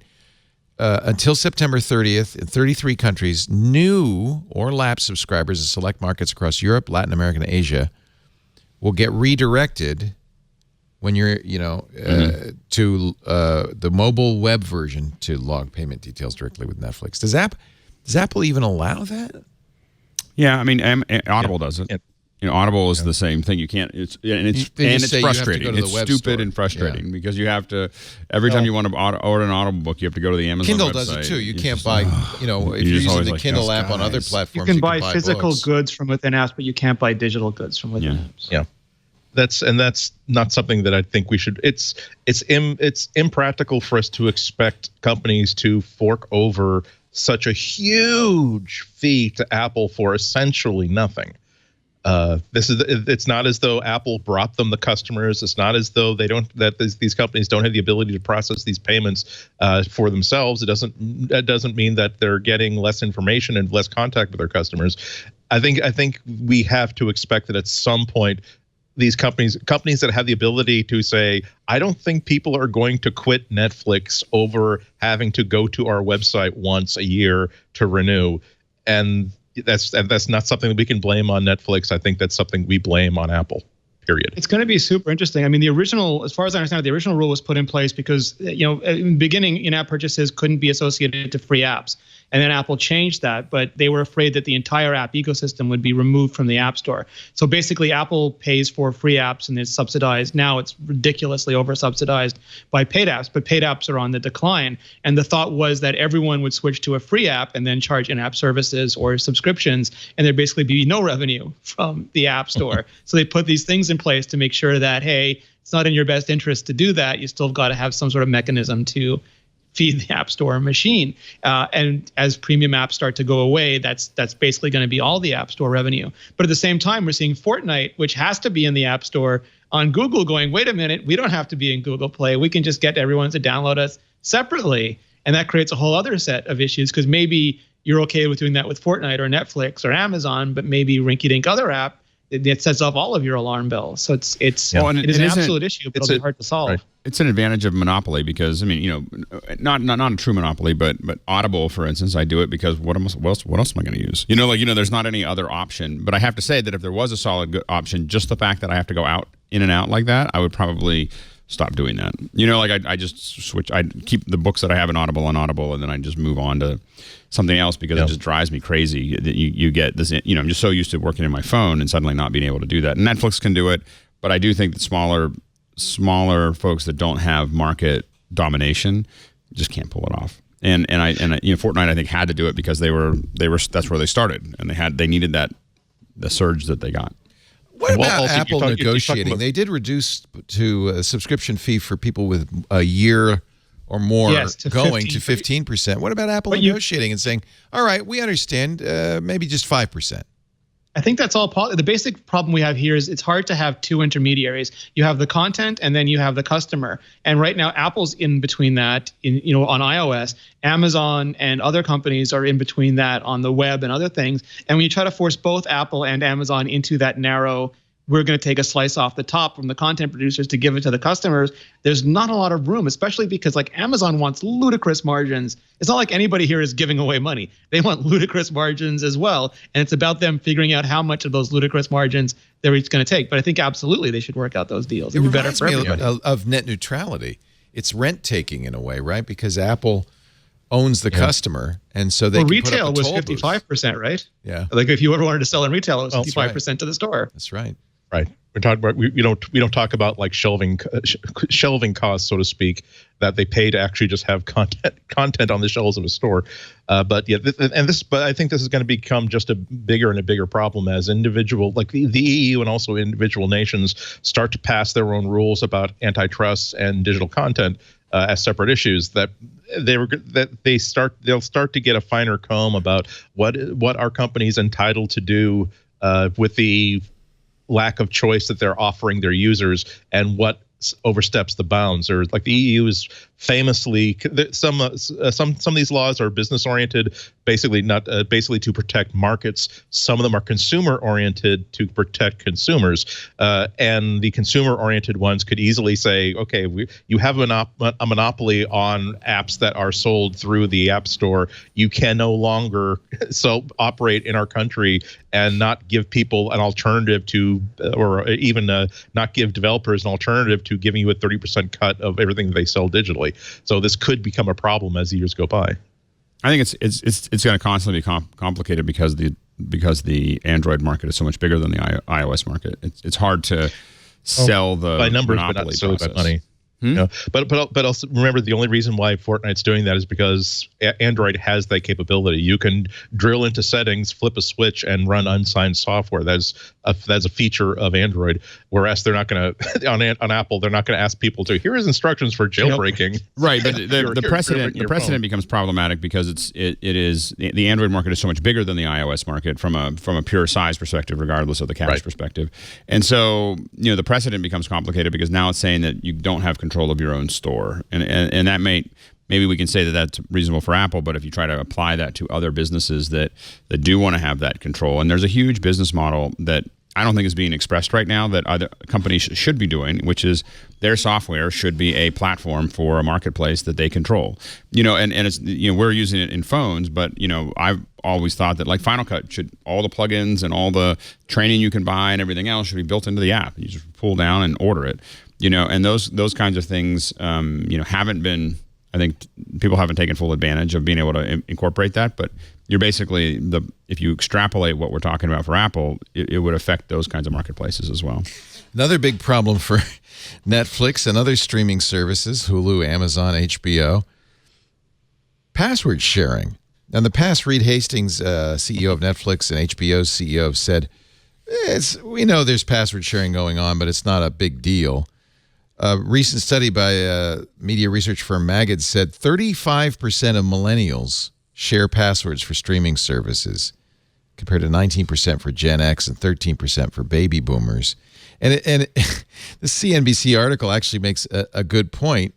I bet a lot of millennials, like my kids, are still on Dad's mobile phone plan. Well, there is a plan. I mean, there is a plan to do a family plan. I mean, everybody's got their own little names in Netflix. Yeah, I'm assuming this is and more my than health that. insurance.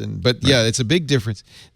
They actually have CNBC interviewed some interesting people. One 20-something Twitter user told CNBC she consistently signed in with the HBO Go login of a one-night stand she met 5 years ago because he saved his credentials on her browser. Gives a new meaning to Netflix and chill. A CNBC coworker said she continued to use the Netflix password of a guy she'd been dating even after he added a user profile to his account for the new woman in his life. Another person who asked for anonymity told CNBC she stopped using credentials her boyfriend gave her after finding out they belonged to someone the boyfriend knew in high school who had since passed away. So don't use. What are you going to do? Industry leaders profess no concern. But I think this is 35%. It's more than Apple's taken. There is the makings of one hell of a screwball comedy based on, wait a minute, you mean that the ID that I've been using was not just yours, but also your former lover's? And she's been learning about the Korean boy band videos that I've been watching? I guarantee you why Netflix says, well, who's watching, and they have the different family members. Right. That's got to be one of the ways that they fight this. There's a whole romantic comedy in there, like a You Got Mail kind of thing, where they meet each other because they were both sharing some third-party path. Yeah, exactly. Why, you like the same movies I do. Right, exactly. And you like the same movies I do. No, we have to watch them together.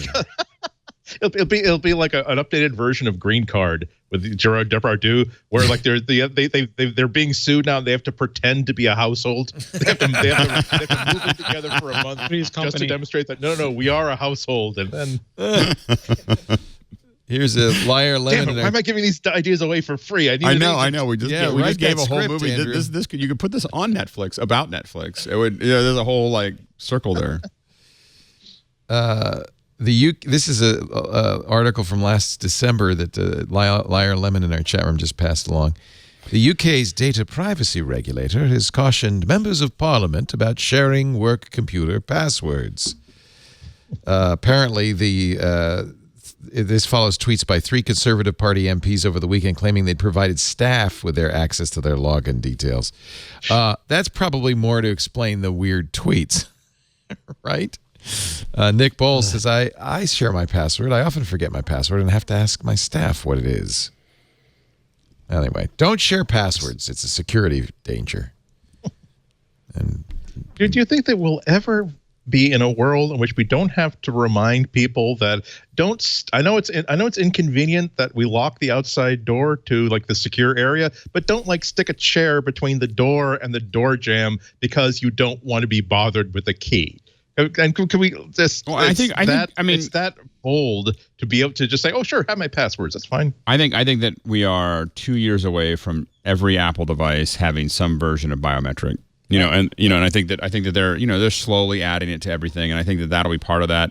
Google now is providing their hardware, externalized, but I think the biometric is the answer to a lot of those things, which is that, eventually we're not going to be able to log into anything without biometric, just because that's the way that you solve a lot of this. And especially as you start to move towards things like online voting, which West Virginia is going to be experimenting with, that's going to be, it's going to happen. I mean, it's not, we can talk about whether it should happen or not happen, but within the next 10 years, there'll be whole states that are doing, online voting. And that's the year Vladimir Putin becomes president of the United States.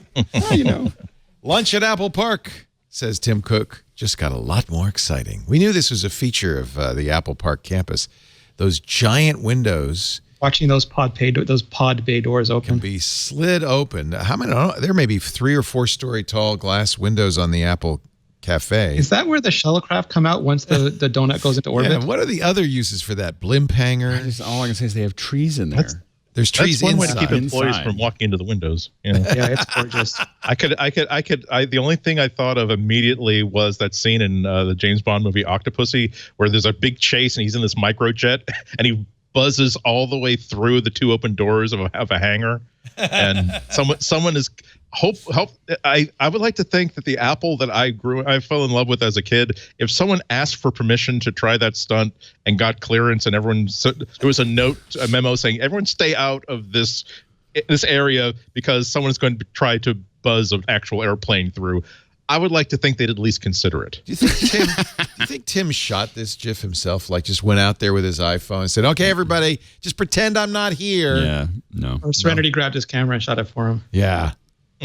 Yeah, we don't. Serenity's not doing Tim Cook's social media, is he? We can't see her in there, though, No. can we? Not unless Tim Cook is smart. Yeah. That would be a good idea. Get Tim on roller skates. Oh my God!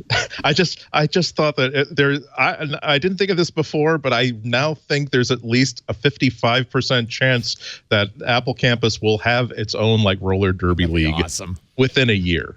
I know that I know that she would add it to the ad hoc like fitness clubs, and then there's going to be the next buzz over drone footage is going to be of just a weird oval.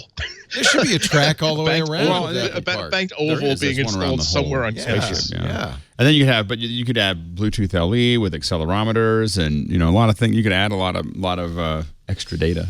The Bondi Blue iMac, 20 years old this week. Yep. Great rundown of pictures from Ars Technica and reviews. And here's Steve Jobs introducing the new blue iMac. It's been 10 months since a new management team took over at Apple. This was one of his first things, working wasn't really it? hard. You can see a lot of cars in the parking lots on nights and the weekends. It's so formal. And because of their hard work, he's wearing I'm a really jacket pleased to and report to you today that Apple's collared back on shirt. track. And let me find the reveal here. Not much better. And so when we run these ads, they're very effective in our testing. Oh, he's talking about the Switch ads, right? I'm a Mac, I'm a PC. Is that what he's talking about? It was a different one. And they're effective because they're true. I miss Steve's reveals. A totally new PowerBook G3. This thing has been redesigned from the processor to the keycaps. Look at that. And it is Remember going that? to set the new gold standard for portables out there. It is hot. But he also announced a new desktop we noticed some computer. Things about them pretty much universally. The first is they're really slow. They're very slow. They're all using last year's processor. Very, very slow. Second is they've all got pretty crummy displays on them. He's talking about those beige box PCs. And the quality of them is very poor. Apple the designs expandable all its own ones that you displays, could so we're used to add something features much to better. later. These are pretty bad. Yeah. Likely no networking on them. Some have it, most don't. Old generation I/O devices. And what that means is they're lower performance, floppy and they're harder disks. to use, and What that means is I/O that everybody uses for the peripherals they already own. Ugly. Ugly. So, Ugly. Excuse me, I Let me put tell you about WBCN stickers on my tower We PC and decided it looked to make awesome. this thing What's fast. under that? What's under that So we cloth decided over there to put to in a his G3 left? processor running at 233 megahertz. Ooh. We debated this quite a bit because there were cheaper, slower things we could have used, and we said, no, this has got to be the computer that we want on our desk too. A G3 running at 233, and we didn't forget the cache. It's got a 0.5 megabyte L2 backside cache, and this thing's Holy cats! Did he say 0.5 megabyte?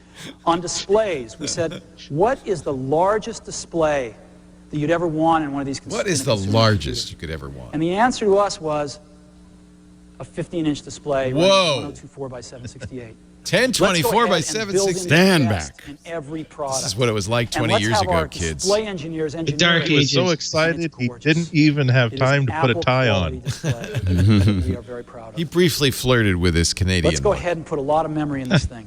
32 megabytes standard. It's expandable to 128. Actually, that was a big 4 deal, wasn't gigabyte it? disk drive, 24x CD-ROM, 4 gigabyte disk drive. and let's build in a lot of communications. This thing's got 100 megabit Ethernet as standard. Now, why? Because a lot of our education customers want to 4 put these gigs was a high-speed lot in networks in, 98, and I think. because we're seeing it Yeah. in homes. Approximately 10% of the homes in Silicon Valley now have Class 5 wiring in them. We're starting to see lots of home networks emerging. A fast modem and also 4 megabit infrared built in. You want to beam your digital photographs in from your digital camera. Did we ever do built that? into every product. Did that ever happen? The future is We're We're wireless. going to the new generation of I/O. 12 megabit universal serial bus, 2 ports. We're leaving the old Apple I/O behind. Stereo surround sound built into every product, and a great, use that either. great keyboard and mouse. A great keyboard. Yes. Now, this is what they look like today. And I would like to take the privilege of showing you what they're going to look like from today on. There he is, ready This- to unveil. Is iMac. Oh, pretty. Bondi blue.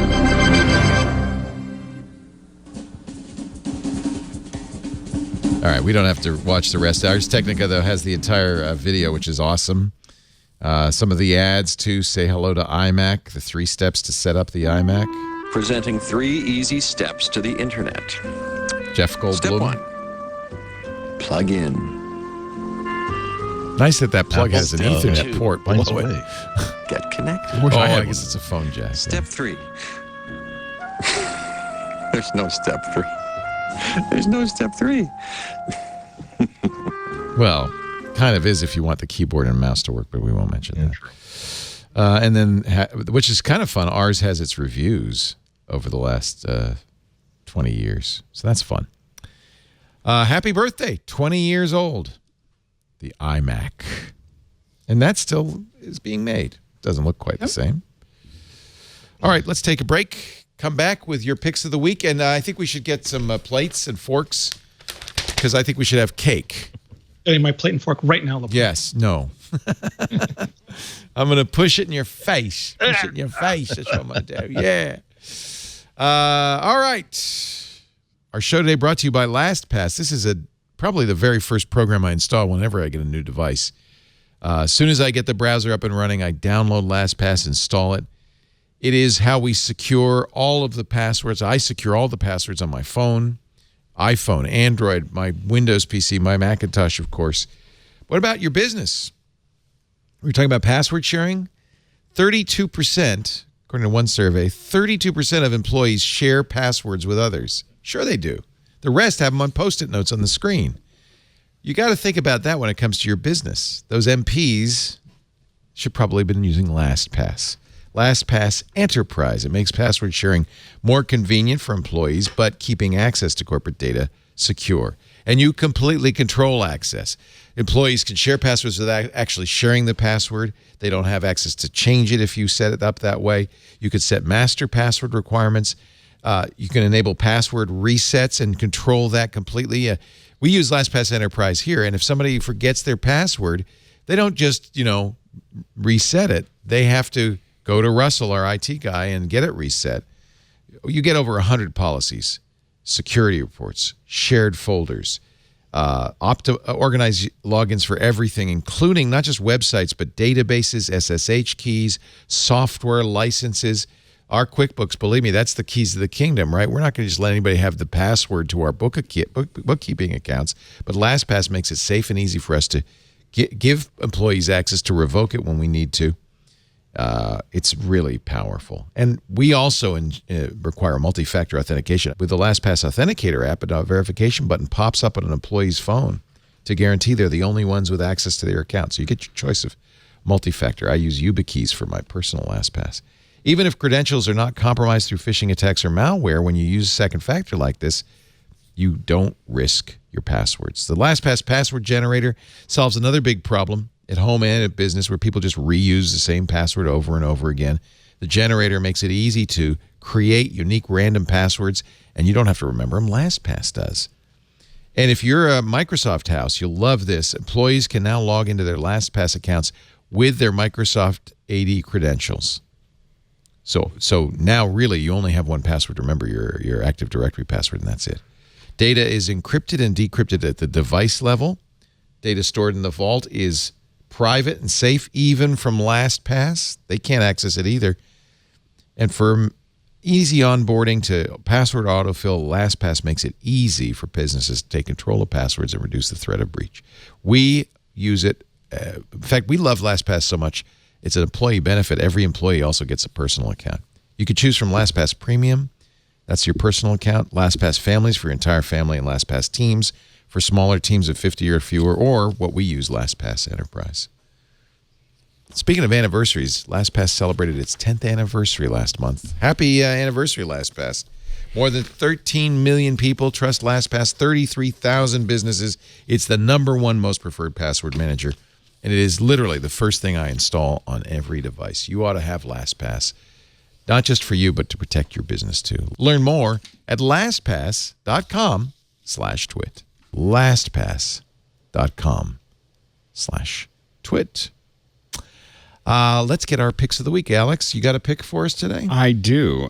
This one's actually a link to a friend of mine in LinkedIn. Probably one of the most talented artists I know. His name's Colie Wertz. He actually is a concept artist at Lucasfilm, and I actually. It was funny. There was these pieces of paper from an instructor that he had probably in 95 or 6, and it was like how to build certain kinds of blends in Form Z a long time ago. And I remember that was like the holy Bible of how to do all this. So I got that from Colie, but he just kept on going. I got good enough. He is just an amazing natural artist that's also super technical. And the reason I'm recommending it here is he does a lot of this on his iPhone and his iPad with his finger. What? So when you'll see like finger painting with Procreate. I think he uses Procreate a lot. But so when you look at a lot of these, a lot of them are being like done with his. There you can see some time lapses there where he's doing a lot of this finger painting in Procreate on his iPad. And so if you don't think you can do art on your iPad, you should just watch this for just a little bit. This is where the only place he shares it is LinkedIn. He seems to. I don't know where else he puts it, but every day or two it's worth following him on LinkedIn. Oh, look, you can watch him draw. Yeah, you're just watching like an artist actually like work his way through drawing something that is amazing. So if you want to see what a Star Wars artist, what you have to be able to do if you're a concept artist at Lucasfilm, this is a good sense. But he's he's one of the best I've ever seen. So especially for what we call hard surface stuff. If you don't have a LinkedIn account, you can create one for free. I should mention LinkedIn is a sponsor, but that's not why you mentioned it. Yeah. CO, and then once you Colie Wertz, I guess they posted in here. He has his own website too, so you can look at it there. But just remember that I see it on LinkedIn when it goes by. So, but yeah, Instagram Colie Wertz, and then ColieWertz.com, and but you should I follow him just to see what I'm going to be. How I'm going to feel like, I can't do that. But the next Star Wars movie might have in it. Well, it won't have anything. This is all his own, like this isn't Star Wars stuff. This is Colie's like what he just. He posts this on Instagram too. This is what he does at lunch. Here's another way. Like it's ColieWertz. Might be easier just to get this on Instagram. Look at these. Wow. And he does this at lunch. Yeah, this is like what he does at lunch and when he's like waiting for a doctor's appointment. That's the key to being a great artist, right? Is just continually draw. Yeah. Just practice all the time. Yeah, and it's just... this is on an iPhone. Yeah. Procreate on an iPhone. Wow. Yeah. Maybe he'd want a pencil for the iPhone.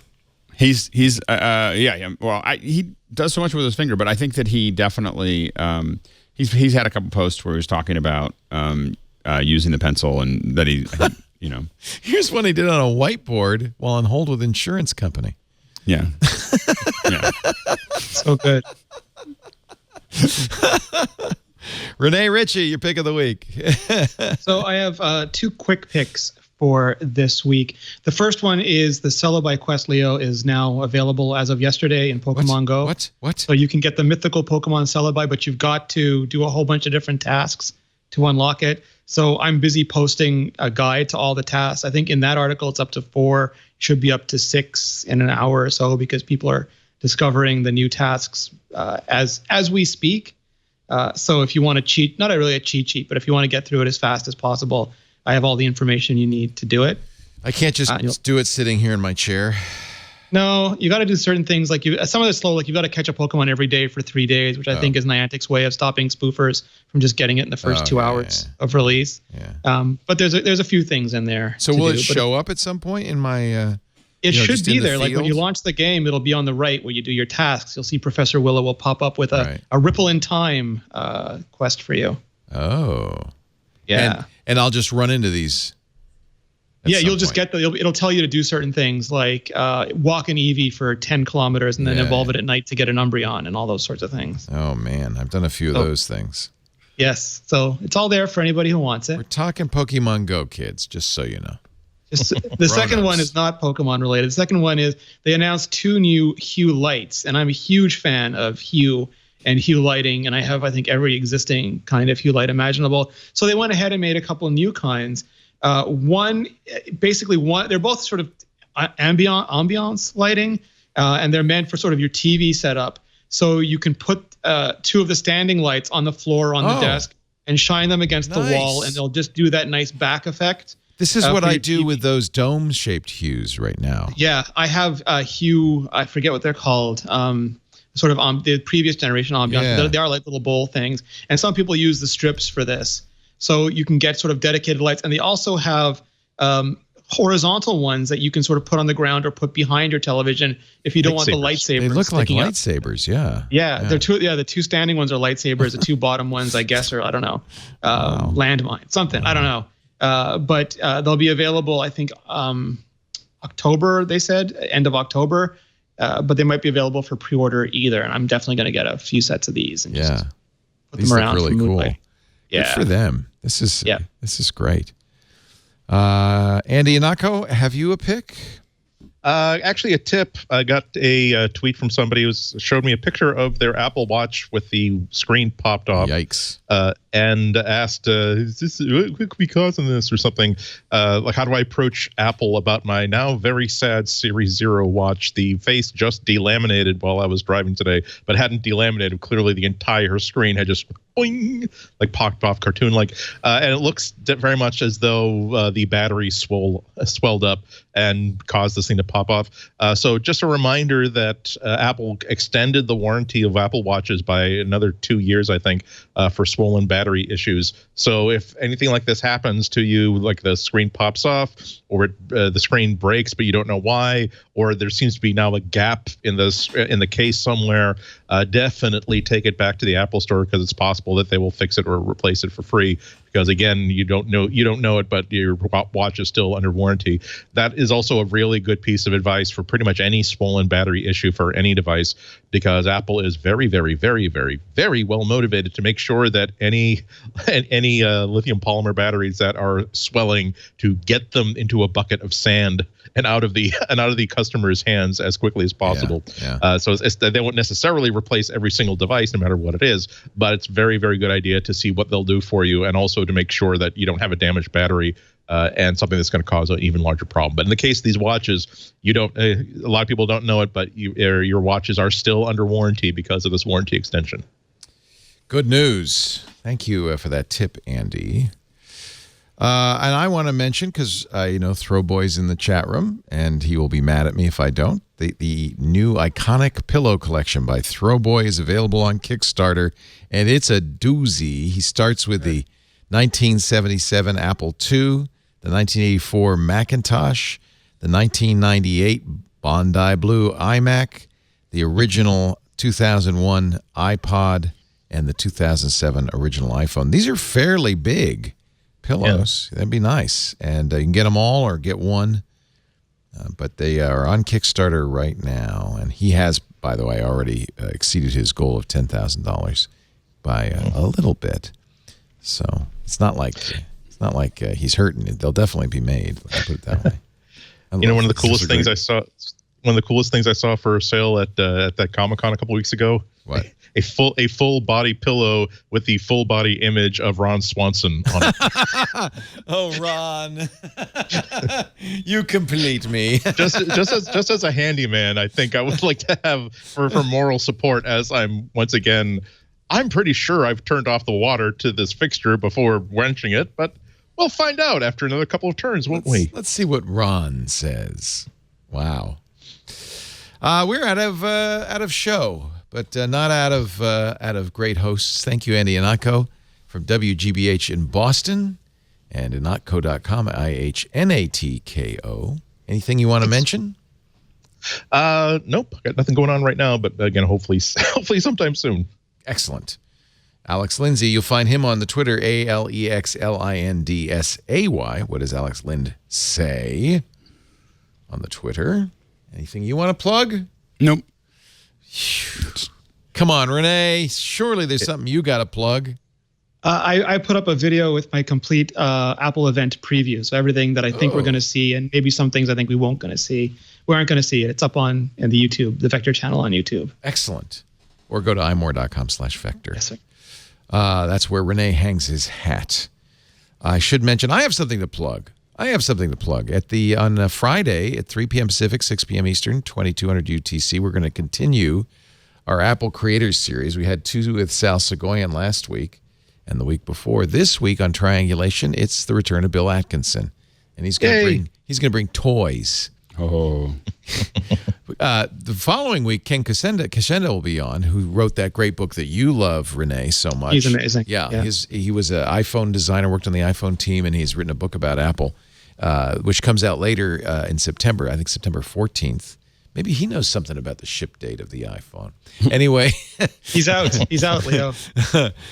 His interview was recorded last week with Megan Maroney, will be a week from Friday. But this Friday, Bill Atkinson, in the interview, Ken mentions that he on launch day of the original iPhone, he met Bill Atkinson in line waiting at the probably the Palo Alto store, and Bill had carved a prototype of the iPhone, so he'd have rough size, and he's going to bring the carved prototype. Nice. And a whole lot more toys, including a General Magic prototype, plus the General Magic mission statement, which he wrote. We're gonna have a great time talking about all sorts of stuff. That sounds great. Friday on Triangulation, 3 p.m. Pacific, 6 p.m. Eastern.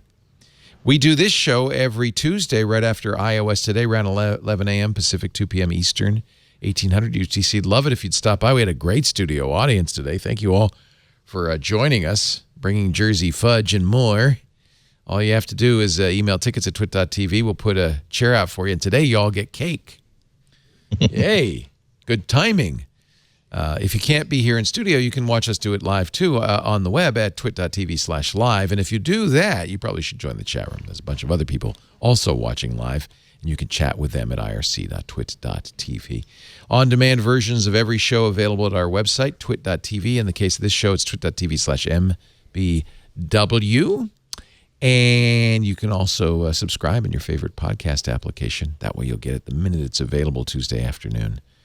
Pocket Casts, Overcast, Apple Podcasts, Google Podcasts, Google Play Music, Stitcher, Slacker, SoundCloud, TuneIn. It's all, anything that you use, it's there. I promise you, Pocket Casts.